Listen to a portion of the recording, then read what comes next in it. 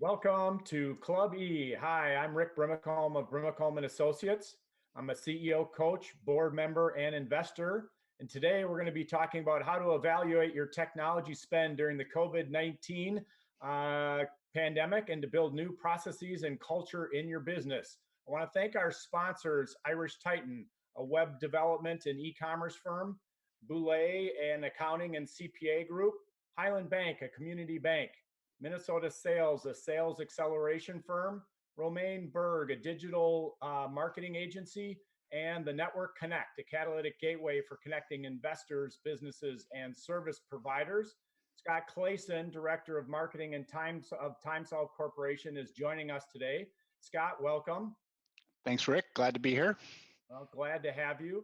And for the sake of full disclosure, Scott and I have been working together at TimeSolv for several years, as TimeSolv is one of my portfolio companies. And Scott's doing a great job there and rocking and rolling on the marketing and sales side for TimeSolv. So thank you for doing that. For those of you who don't know TimeSolv, first of all, it's not spelled with an E at the end. It's Right. TimeSolv Corporation, TimeSolv Corporation. And they provide a SaaS solution for time tracking and billing. They work primarily with lawyers, but they also work with accountants, consultants, engineers, architects, and other time-based folks as well. To learn more about TimeSolv, again, the spelling is TimeSolv.com. And Scott can be reached, two T's on his name, SOCTT.Clasen, CLASEN at TimeSolv.com. Then you can also follow Scott on Twitter at Scott J. Clasen. All right, Scott, tell us a little bit about yourself, the firm, and give us some background. Yeah, thanks, Rick. I've been at TimeSolv for a little over 4 years now as their first director of marketing. I actually came from the National Sports Center up in Blaine, so a totally different industry as the director of marketing for that facility where I had been off and on for 20 years. And many ways the skill set is very transferable, whether I was marketing to have a soccer team from Indiana come play in USA Cup, or whether I'm trying to get a law firm to start using our product. The toolbox is essentially the same. So it was the transition to a whole different industry was really interesting, challenging, fun, but I already felt like I had a good foundation in marketing. I also spent 4 years as a high school social studies teacher. So I actually love doing, sessions like this, webinars and teaching, because it kind of gets me back to my, teaching bones. And as you mentioned, TimeSolv is a web-based time and billing, mainly for law firms. Probably 85–90% of our customers are in the legal industry. We've been around for over 20 years now as web-based, which is always kind of people raise their eyebrows. And I say, yeah, it's good news, bad news. The good news is we've been web-based for 20 years, but the bad news is we were web-based 20 years ago. So we had to do a lot of re-architecturing of our software over the years because it was a bit ahead of its time. It was developed by Thomson Reuters in 1999, and nobody was really thinking about running their, software through Netscape Navigator or whatever it was we were using 20 years ago. So it's been really interesting for myself and for TimeSolv to see that whole transition to not just digital marketing, but the web-based use of software. And I think more relevant to what we'll talk about today is TimeSolv was spun off in 2006 by our CEO, Raza Hassan. And we have been a virtual company, a work from home company ever since then. So while Raza and I and our chief technology officer and another employee, we're all here in Minnesota, the rest of our 25 plus staff that we have are around the rest of the United States and around the world in different locations. And we've been able to not just survive, but really thrive and grow our business quite a bit in this year. So I think in some ways we have a lot of intelligence that we can offer on how to really keep your business not just afloat, but thrive in this new environment we're all in. Because I've been in this environment for 4+ years. My day-to-day work life hasn't changed one bit with this pandemic. Right. And the company's seen very steady growth during that period, and probably was a pretty fun opportunity for you to build the department from the ground floor and create it how you wanted to create it. Yeah, it's great because really allowed me the opportunity when I joined TimeSolv 4 years ago. I think I was employee number 8. So, we talk a lot about, company culture, and to be able to really help create that culture and really put your footprint on this is the company we're going to be. These are the values we're going to live by. Yeah, it's been really gratifying. It's been a lot of fun. Good. So during this stay-at-home order, I'm just kind of curious what you're doing to stay sane, healthy. I know you like the outdoors and some outdoor projects, but tell us a little bit about how you're spending your time. Yeah, it's like I was saying a second ago, my work life hasn't really changed at all. So I at least have had that foundation. But like most people, I try to now that the weather's, obviously nicer, is to get out and just walk around the neighborhood. My wife and I have always, when it's been nicer months, have tried to get out in the mornings before work and walk. And now we're doing that since she's at home as well.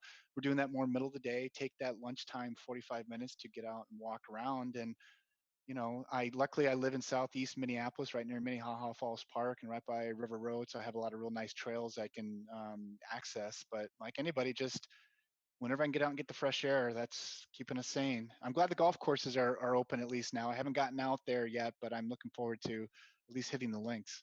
Great, great. Well, thank you again for joining us this morning. Appreciate it very much. So, as we dive into our topic, how should businesses think about their technology spend during this period with a lot of uncertainty and a lot of changing business dynamics and such?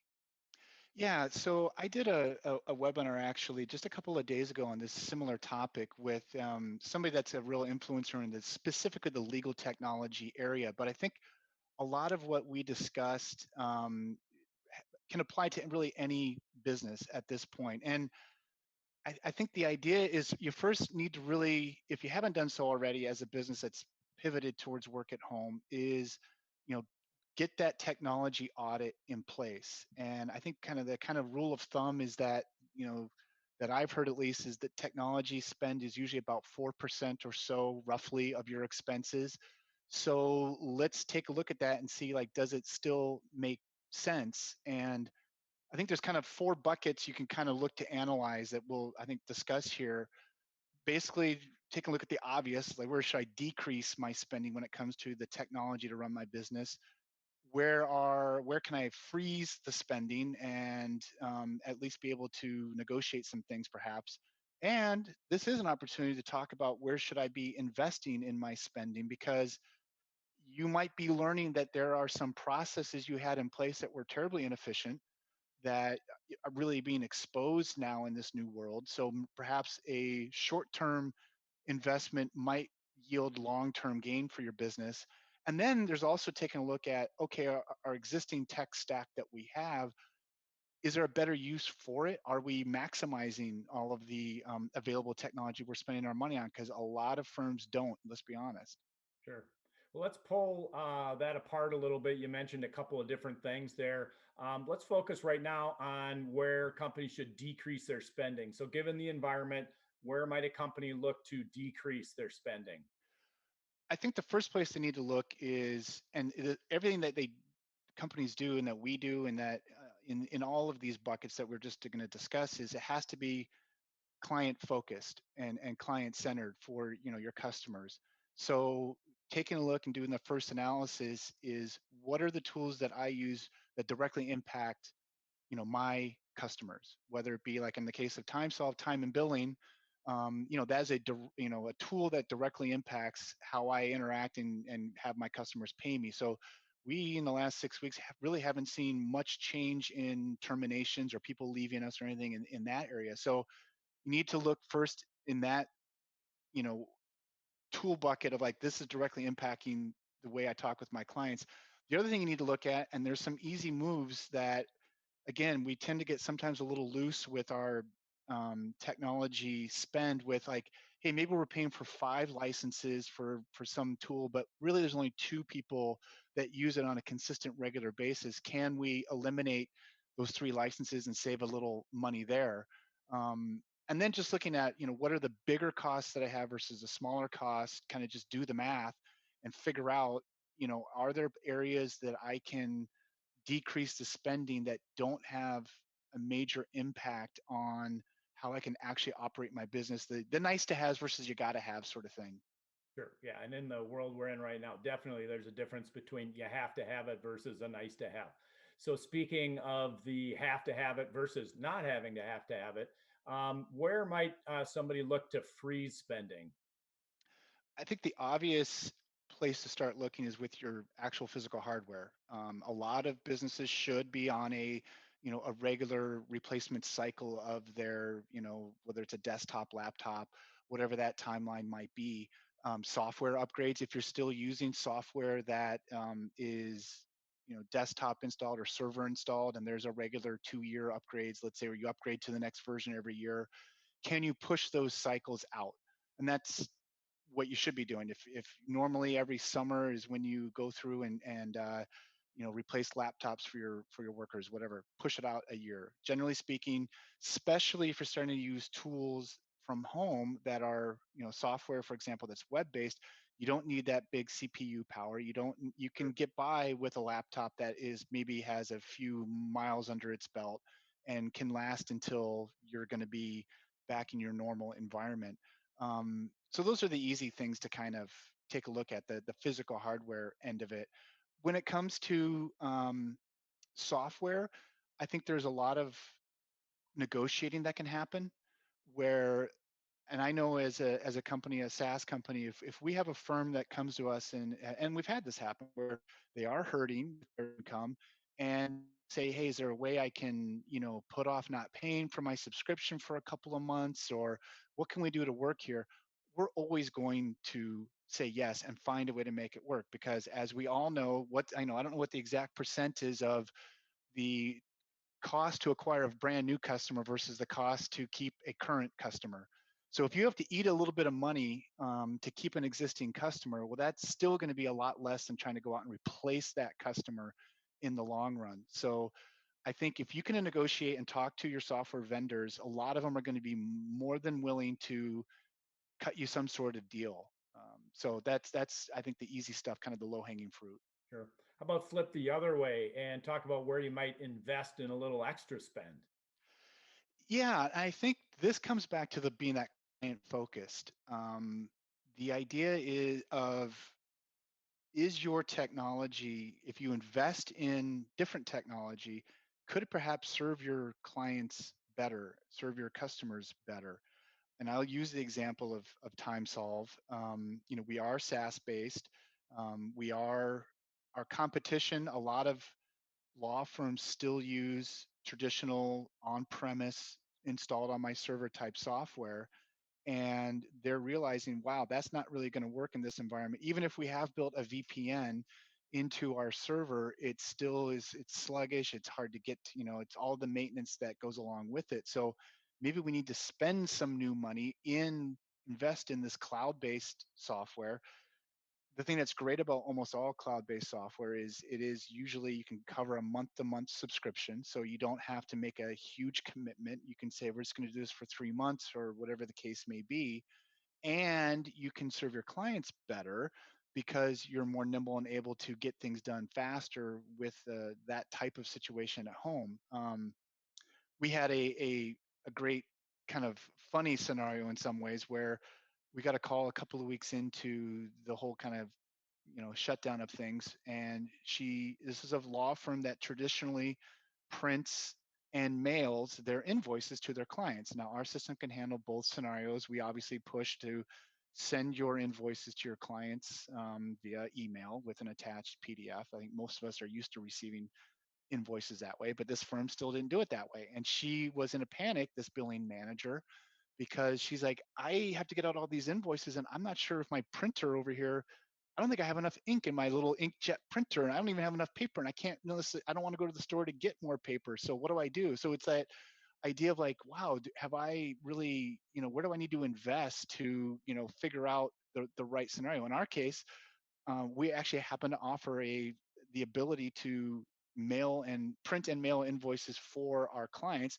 It's an extra cost, but it's one worth investing in. So you really have to look at it. And the speaker I had on the webinar I did a couple of days ago, Dennis Kennedy, who's a great legal tech mind and just really good at with technology in general for businesses, he kind of advocated a portfolio approach, right?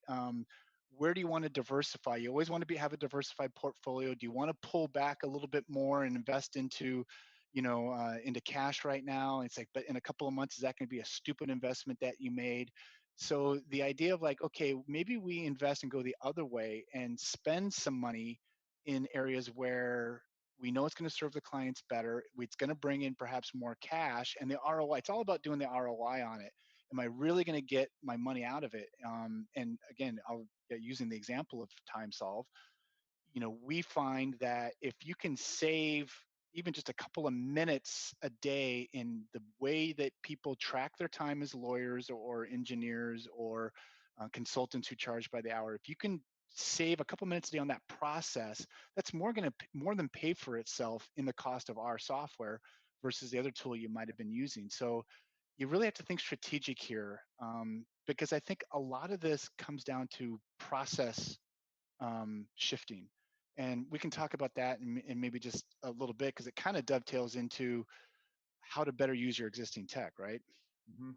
Yeah. So I want to get to a question here, and then we'll come back to that existing tech question because that's an interesting one. But just a reminder to our audience, you can put a question into the comments field, and Scott and I will get to it best as we can. And also a reminder, everybody, to subscribe to the channel and hit the bell so you're notified when we do our next event, which will be next Monday.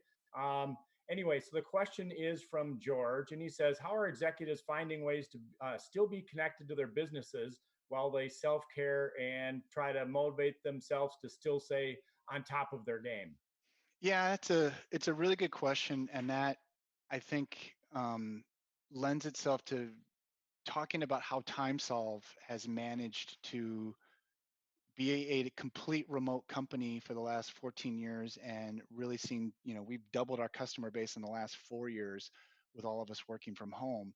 And there's a couple of things to that, as far as staying connected to your business. And I'll give you some tips that we do at TimeSolve that I think are important.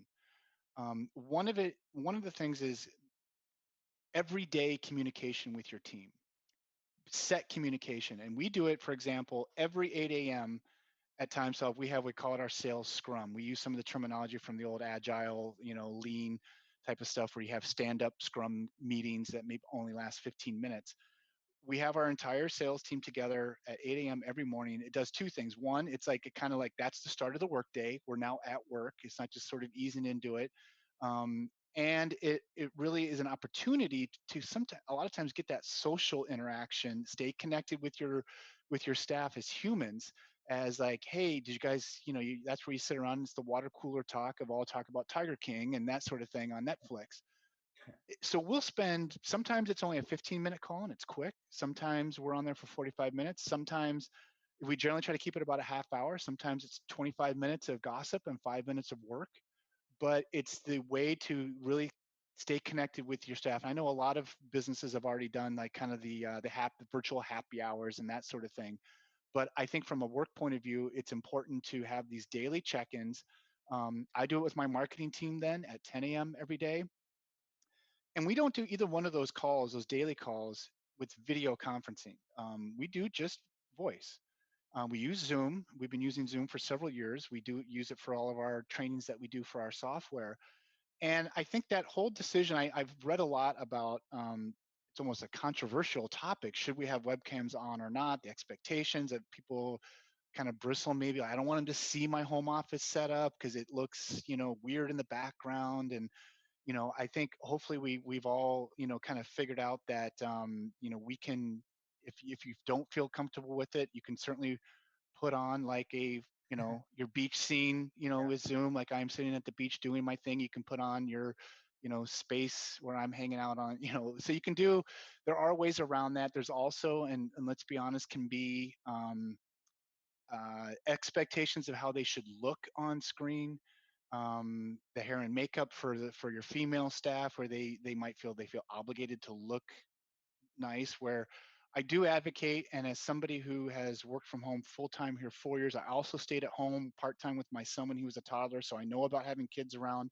But the one thing I always always do is by that 8 a.m. meeting, I am dressed for work. I am not in my pajamas. I'm not in my sweats.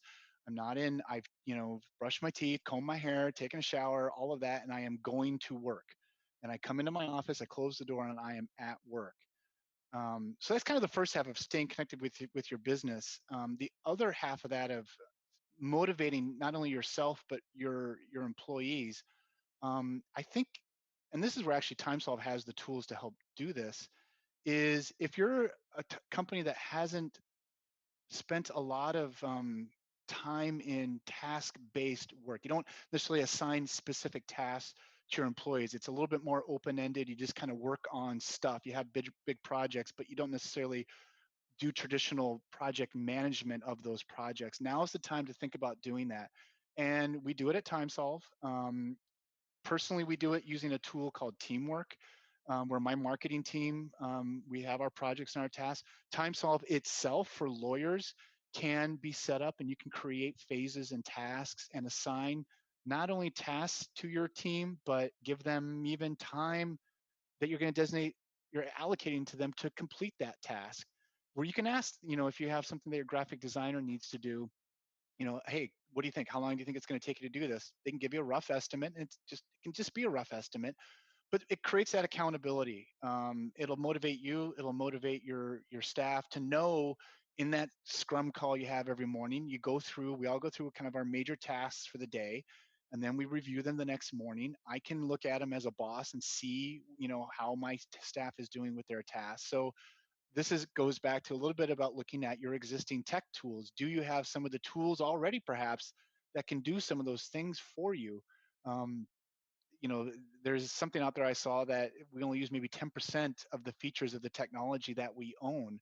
So you might actually have some tools in place that can help you with this task-based management, because that's, I think, really helped us at TimeSolv in being successful. Because Roz, our CEO, likes to say, we have a lot of freedom here, but with great freedom comes great responsibility. And there is always going to be a reckoning. There is no such thing as a free lunch, as they say. So we do the task based. The other area that has been important for us is setting KPIs for every single solitary individual. And I do this whether it's my graphic designer, my website guy, everybody on my team.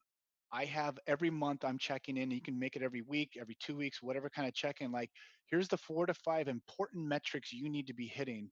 Let's make sure we're hitting them. And again, if you're not used to that sort of environment, I never really did that type of environment at the National Sports Center, certainly. And we just really started engaging it with the marketing team or at TimeSolv maybe within the last 18 months. But again, it keeps that accountability, it keeps you motivated, and it keeps your head in the game. Okay.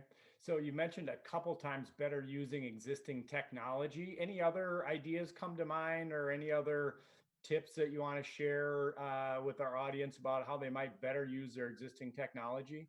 Now is a great time to really look into training of your current tools. It's a smart investment. If you may have more time on your hands now, your staff might have more times on on their hands. So use this time to invest in, making sure that everyone is fully trained in all the tools and features of the technology you have. Because I can guarantee, if I could speak for every software company in existence, I will. We would love to make sure that our customers are fully trained on how to use our technology. And almost all of them should be offering some sort of free training, whether it's videos, where it's live in-person stuff. If they're making you pay to get trained on your software that you already own, then maybe it is time to look at new software, I think, personally. So that type of investment, I think, can go a long way in making sure you're getting the most out of it. Okay. And then you also touched on the work home culture dynamics. Maybe any other ideas there? Any other tips that you want to share? Yeah, I mean, I spent the last couple of minutes talking about what we've done to be successful, and I do love working from home. There's a lot of benefits to it. There's some days where I do miss being in the office, and we have been able to be very productive and grow our company. But there are some pitfalls, I think, to be aware of, that some of you may have already sort of been feeling this in the work and home environment. And the first thing that comes to my mind is the idea of the creative energy of being alone but not alone. Like you and I are talking, I can see you, you can see me, but we're by ourselves in our environment here. And the creative energy that the two of us have in this virtual environment will never be replicated, will never be the same as the energy we have when you and I are together having lunch. And you just have to be aware of that. And I use the example of, you know, you know how it goes where, okay, it's Monday morning, you're walking down the hallway in your office, you see a coworker who's they're going to the coffee room, you're coming from the coffee room, and you say, hey, how was your weekend? And that little hey, how was your weekend? 15 minutes later, you two may have all of a sudden stumbled across a unbelievable solution to a problem you've been trying to crack for 3 weeks, or you have an idea for something that pivots you in a totally different direction that's really energizing. And it's because of that just organic energy. The hey, how was your weekend just spiraled. That conversation just went off another direction. And you just don't get that as much when you are working from home because every conversation is a very considered conversation. I'm on Flock or Slack or Teams or whatever the messaging. I'm asking the question, can you talk now? And yes, I'm available. So you talk about the specific thing you want to talk about, and then one of two things happen. You don't talk about anything else, and you get off the phone. You go, okay, now I have to get back to work. Or I've also found in the communication area when you're talking to somebody about, whatever the topic was you had to discuss, is it's hard to get off the phone. It's almost like the long Minnesota goodbye. It's not the somebody hanging over the cubicle with a quick question, and then as soon as you're done, like, okay, cool, thanks, I'll let you go, walking back to their office. When we say goodbye on a phone call, it's a more considered thing. You take time saying, okay, I have to go now. And sometimes you feel like you have to get off the phone. So I don't have a right answer of how to create that same creative energy. I don't think it's necessarily ever going to be exactly like it is was. I know it's not going to be, but I think if as a company, if you're aware of that at least, one of the things that we really emphasize and really try hard to do at TimeSolv is when we've hit milestones or we're very successful about something, we celebrate it very conscious about trying to celebrate it, whether it's emails to the entire staff or we have we use Flock. That's a similar tool to Slack when it comes to messaging of a shout out to everybody. Hey, so-and-so just broke their sales record for the month or whatever the case may be. You have to consciously celebrate those things too and not just let it just keep going down the road. That's important to make sure you celebrate those successes and not, the proverbial ring the bell, that you have in the sales office when somebody gets the big sale.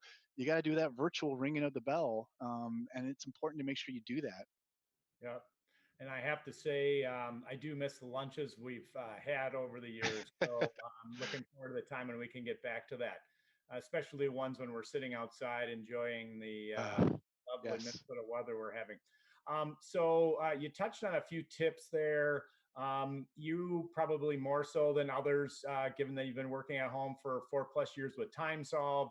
TimeSolv being a virtual company, not just with workers here domestically, but internationally as well. So you have been better versed than almost anybody probably out there. Any surprising things that you've experienced over the last 6 weeks that maybe you didn't expect or was a little different than how you thought it would go, or any curveballs that came your way? I think to me I've been pleasantly surprised to see and to talk to so many. I talk to a lot of lawyers every day that are realizing, I think, that they maybe don't, especially small and solo lawyers, that we do deal with a lot of solo lawyers and small law firms, that they're starting to kind of dawn on them that I don't necessarily need to go to an office. And for some professions, and lawyers definitely is one of them, there is that stereotype where even if I'm a solo lawyer, I'm going to put on the suit and tie, I'm going to take my briefcase, I'm going to go to my office, I'm going to do my lawyering, and then come home. And in today's environment, I think we're all lucky that, you know, the pandemic of 1918, right? The influenza, we all couldn't communicate like this, and lockdown then had let's be honest, a much bigger impact than a lockdown today.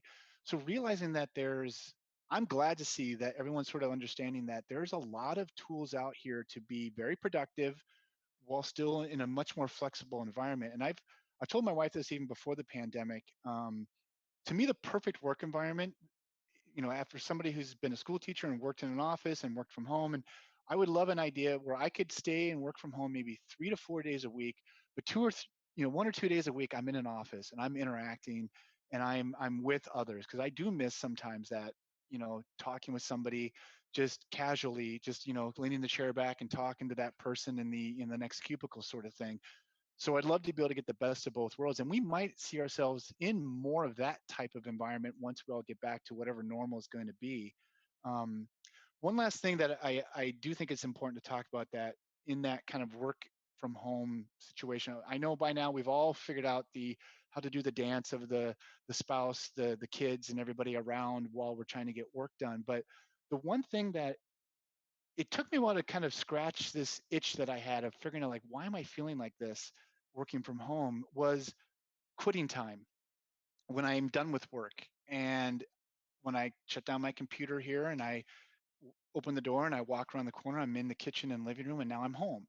And it dawned on me after a bit of time that I'm walk out of my office, I turn the corner and I'm at home. And I don't have that commute time that we all, whether it's a 10-minute commute or whether it's a half-hour commute, we always have had this kind of buffer time between when we're working and when we're home, that we've been able to decompress the day. And some people listen to podcasts, some people listen to sports radio, listen to music, read a book if they're on a train or a bus or whatever. But we've had that decompression time, and I missed that. And I realized that, first of all, I think it's really important, if nobody has, if you haven't figured this out yet, when you're done with work here in the home environment, be done with work. Shut off the computer, be done with work for the day.